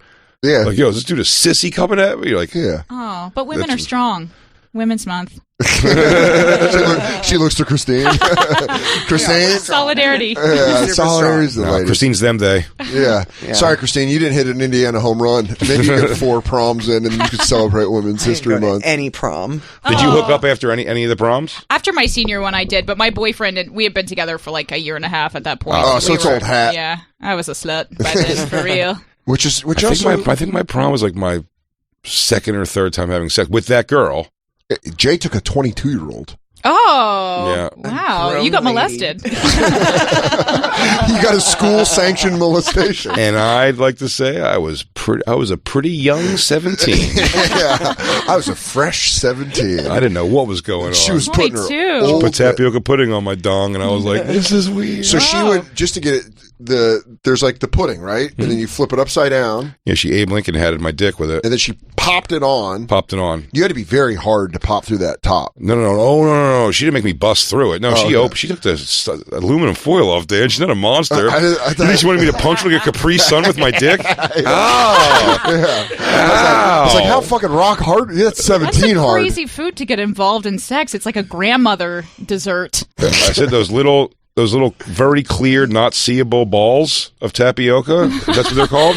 Yours? We're in my pubes, like pubes for days. So you look like you had fucking like flashy pubes. Do you wish it was chocolate? Yes, I could have seen it better. Yeah. Also, her loving the flavor of tapioca to be like, but it was so not sexy. So she slammed it on there and started like licking some of it off.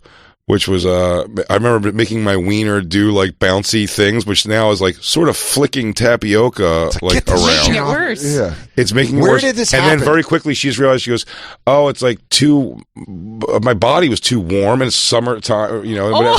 And it's just like melting. It's just like melting quickly in the room. Hot it's like tapioca. Right.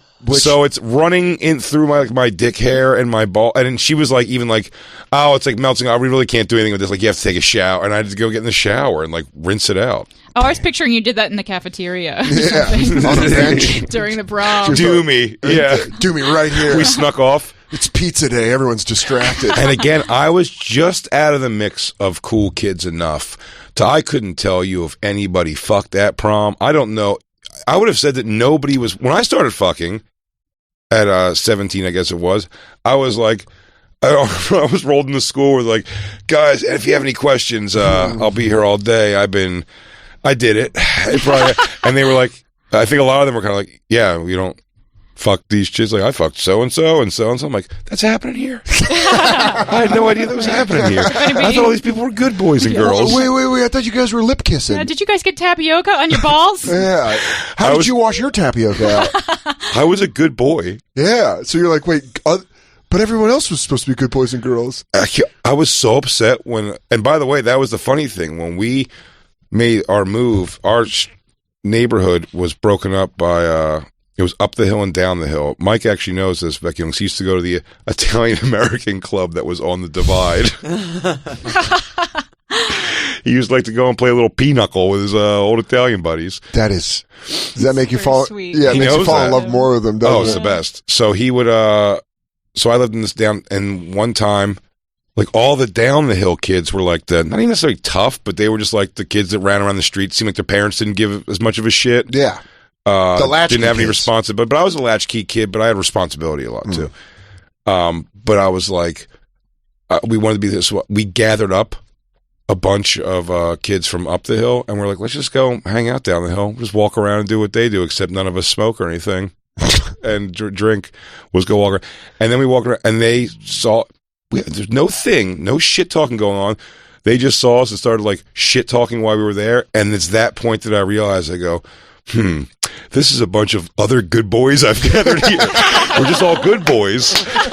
And then they started following us. And they had older kids with them. They had the kids that were not in high school even anymore. Wow. With like adult beards and Mustang 5.0s. And they were just like following us. And I was so terrified. And that's what I said. I've told you that story where I called everybody back because I was the slow one. Yeah. They were all getting away. And then the people chasing us were getting closer to me than I was to my friends. And I was like, and they were doing this, but I could hear them saying like, yo, man, we just want to talk. But they're not, they're fucking with us. Yeah. But I was like, oh, okay, yeah, guys, they just want to talk. Come back. And they couldn't leave me. Sounds like the outsiders. And they couldn't leave me behind because they're all good boys. They couldn't tell my mom that they left me behind. We're all good boys and they love Miss Terry. Damn, dude. You were the Soch. You were the Soch. No, we weren't picking on them. They were picking on you. Us. They were the Soches. We were the greasers. Oh my god, dude! The thought of you just being like, "Oh man, you guys aren't good at all. You guys are bad." just names are always like, "Oh no, they're gonna beat up me and Mike Mashenka." Yeah. Mike's a sweet boy whose name I couldn't spell if you gave me 5,500 tries today. Yeah, Mashenka. I'm telling you, what is it? It's not spelled like Mashenka either. There's a lot of Y's and stuff in there that multiple.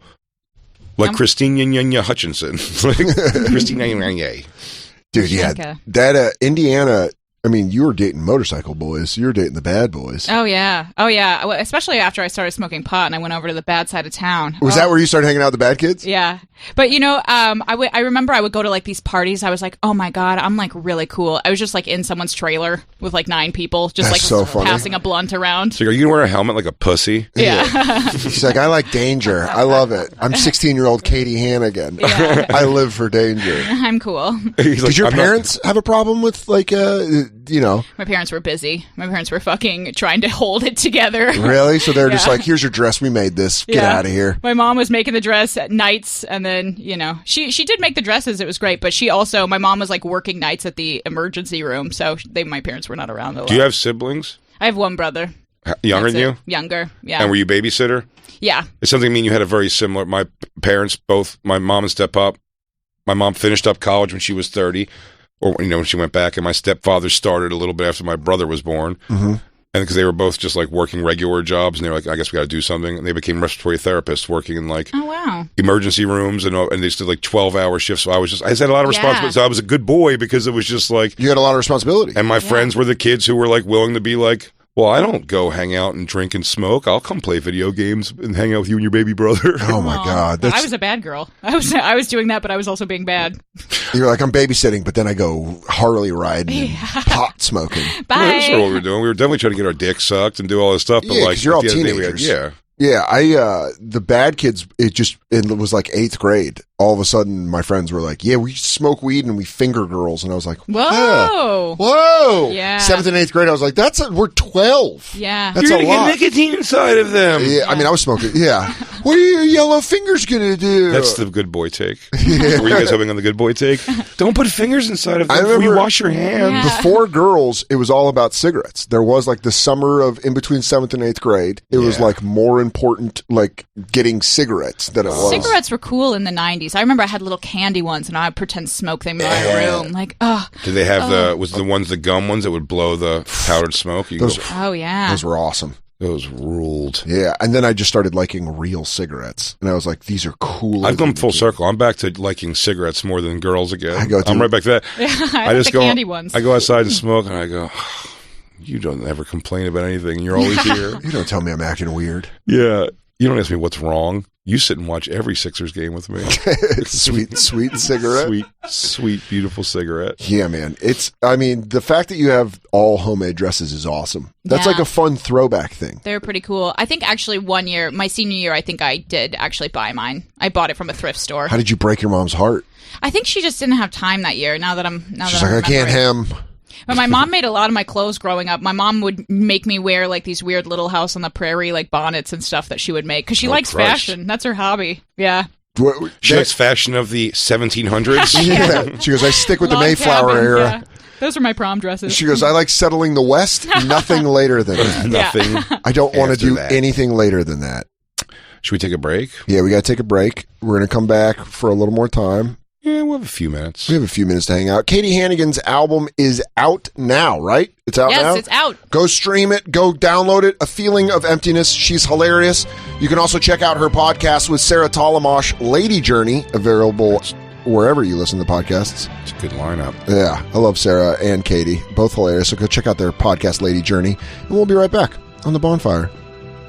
Ta-ta. Till then. Just for a little.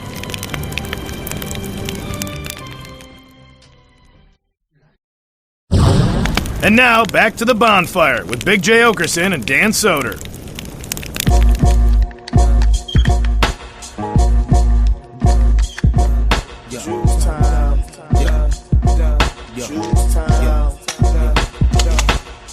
For the year 2G, the rap game changed for one name. Jules aim to slain anything on this plane. Remains are found when the best kept secret get heated.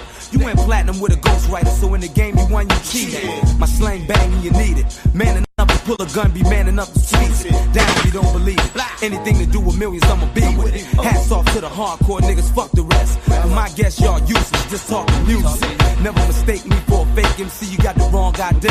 Nigga, I'm CT. Get murdered in a second in first degree. Come at me with faggot tendencies, you be sleeping with a maggots be. Ain't nothing. Oh man, times are different, huh? You hear that line? Right here. He brought he cut the headphones. Yeah. Hard F-bomb. Oh, really? Yeah. Was that late 90s when this come out? Oh, yeah. I mean, mid-90s, probably more. 98, 99. Welcome back to the Bonfire, Sirius XM Factor Talk 103. I'm Dan Soder. That's Big J. Okerson, our guest Katie Hannigan, who has a new album out, downloadable everywhere. You can also listen to her podcast. Oh, there it is. A Feeling of Emptiness, out now. Go download it, listen to it. She's hilarious. And then check out her podcast with Sarah Talamash, Lady Journey. Growing up in Indiana, you a big basketball fan? No. Didn't care. I never. Did they push it on you like skiing was pushed on us in Colorado? No, it wasn't. I had no exposure to it at all. Really? And people were like, "Oh, don't you like basketball?" I'm like, I don't. I actually don't even know how it's played. I know you're supposed to go like throw it in the hoop. There you go, Jay. I know that, but that's your advice for tonight's game. Just throw it in the hoop. Throw it in the hoop. Has Mike made you a Eagles fan yet? Yes, I love the Birds. I love the Birds. I love football. I know football, and I know about it. Yeah. I know all about it, and I love the purple team. That's my favorite. Vikings?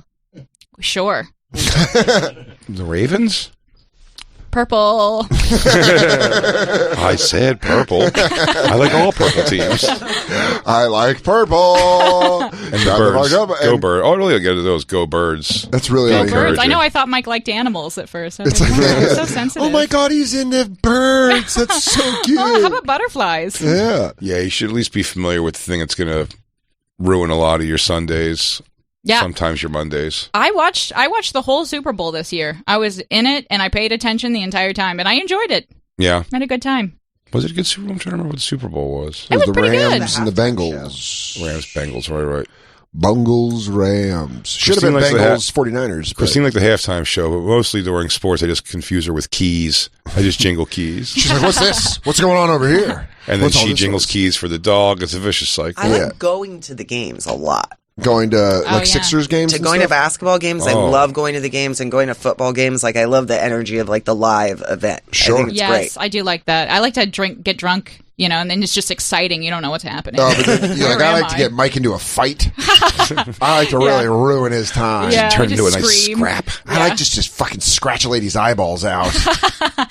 She just doesn't even know it's coming. Yeah. Drinking at sports games is very fun. It is. Something I miss about drinking. It was very fun to get a couple in you. And I never quite got it.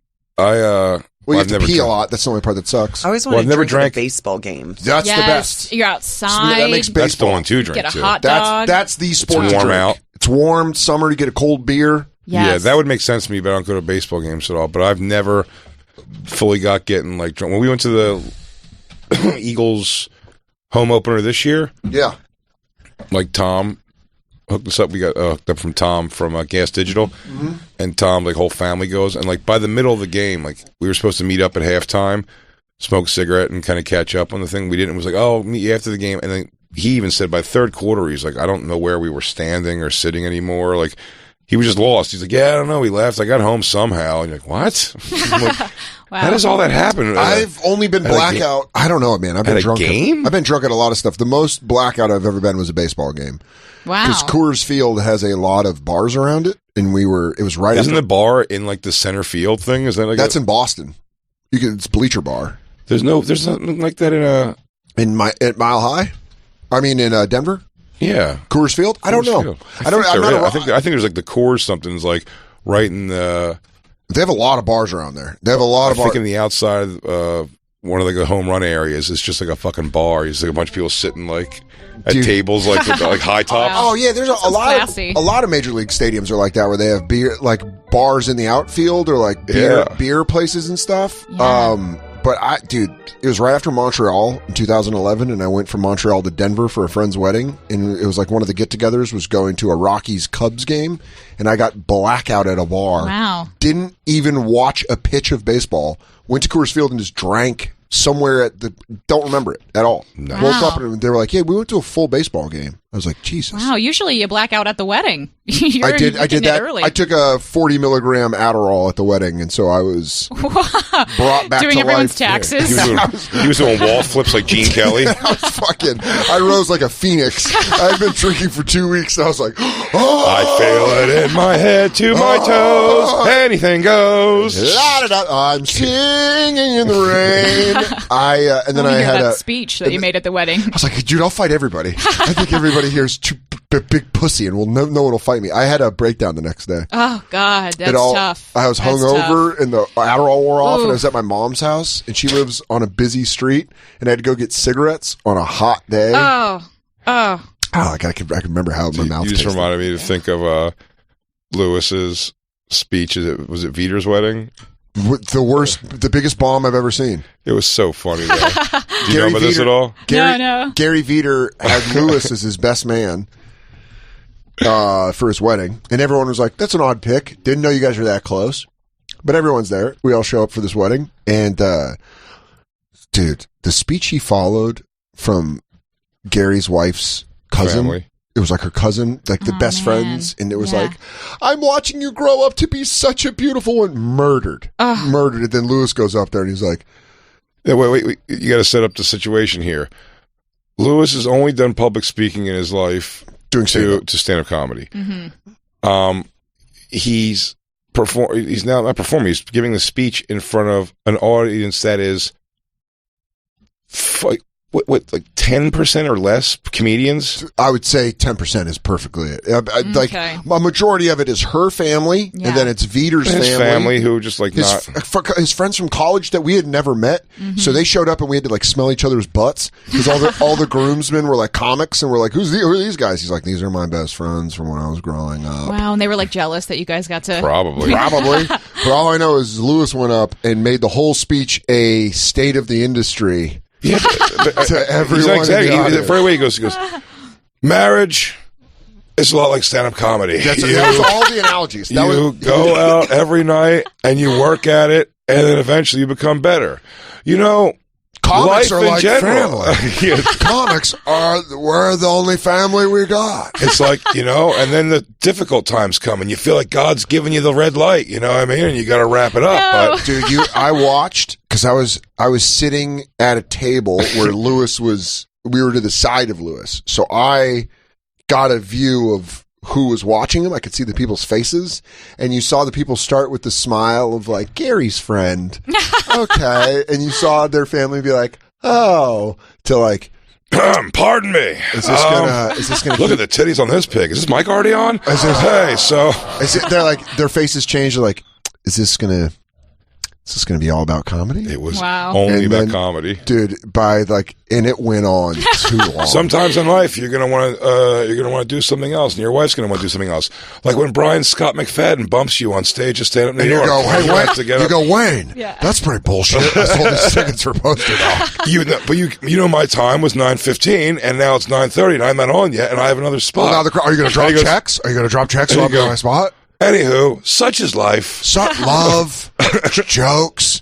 But, dude, he got done, and it was like Norman and List were sitting at the next table, and List just gave one of those, like, Lewis was at my table, and he's like, shut the fuck up, List. It wasn't that bad. Was it that bad? And everyone had to be like, dude, that was... What? What bad, dude? I was in the bathroom. What happened? Did you give a speech? I bet it was good. Oh, dude. It's always awkward when you see someone bomb and you have to be like, it was fine. Good job. Your mother-in-law is like Esty in this situation. She booked me, but the bitch says she didn't. Yeah, she booked me. She made the mistake, but she won't admit it, so now I gotta eat crow. Anywho, such is marriage. It was my favorite coming together of two worlds that didn't blend. Wow. Oil and water. But Lewis all he was thinking about was the 10 people he knew that were going to the wedding. Yeah, he thought about me, and List, Norman, and touching their hearts. Yeah. And touching their hearts and minds. With an analogy. This is why I'm not having any comics at my wedding. You shouldn't. No. Don't be invited. No. And I mean, I would hope to get invited, but I get if you don't. You can come. Katie can tell me how it went. You guys can come. Goes, Katie will come. Thank you. Christine and Katie have to fill in Jay and I. Literally nobody invites us to their wedding, so you have to invite us to your wedding. Okay, sit me behind the gondola of the guy playing old Italian songs on a hand accordion. You guys can go buy the roasted red peppers. Oh, just sit me by Mike's mom so I can watch him kiss her hand a bunch and go, Mama Vecchione. Their figs and prosciutto are top notch. The Mamma Mia, the balls, you're doing it with the pasta prosciutto. She's like, why are you talking like that? You've been in my house before. Yeah. I'm like, Mama Vecchione, on this special day, your boys are marriage. It's going to be a great day. Yeah, that'll be a lot of fun. But I totally get not wanting to have comics at your wedding. That's why people do destination weddings. I'm like, oh, I get it. I'm like, South Africa. Hope you can make it. Dude, sorry. It's only 26 hours. Do you even care about us? My buddy literally called me and was like, I'm getting married in August and it might be in Central America. I was like, what is this, a drop? Is this a heroin drop? Yeah. Are we fucking shipping people? Well, you know, Vanessa's been muling through the quarantine because... Save for the wedding, probably. She has a huge pussy and no job, so we've been able to get her back and forth across the borders. There's a suspect diamond mine in Uruguay, and she's been smuggling diamonds up through Central America. We have a lovely pavilion. In her hey. Yo, would you do stand up at your own wedding? Oh God, no! What kind of person do you think I am? It'd just be funny if you're like, and now 5 minutes on marriage. And now I like to subject everyone to myself. Have you ever done a wedding that someone? We have to wrap this show in like a minute. Have you ever been to a wedding where somebody does a choreographed dance? I've been to two. I've been to two. And I've been to multiple weddings insane. where that's happened. You've been to two? It's insane. Yeah. And by the way, I'm talking about, you know what, you could probably bring up the scene. You ever see the wedding scene in, it used to start with our old song. What's that Jake Gyllenhaal cop movie where it's like real gritty? End of Watch? Yeah. And they do like a thing where they work out some like crazy dance they do together. If you could find that scene, it's so annoying. It's a thing. When Pauly Z from Z-Rock was married for 10 days to this girl. 10 days. 10 days is crazy. That's probably less time than they rehearsed the dance. Absolutely it is. It's nuts. Yeah, that's the scene for sure. Anna Hetrick and him.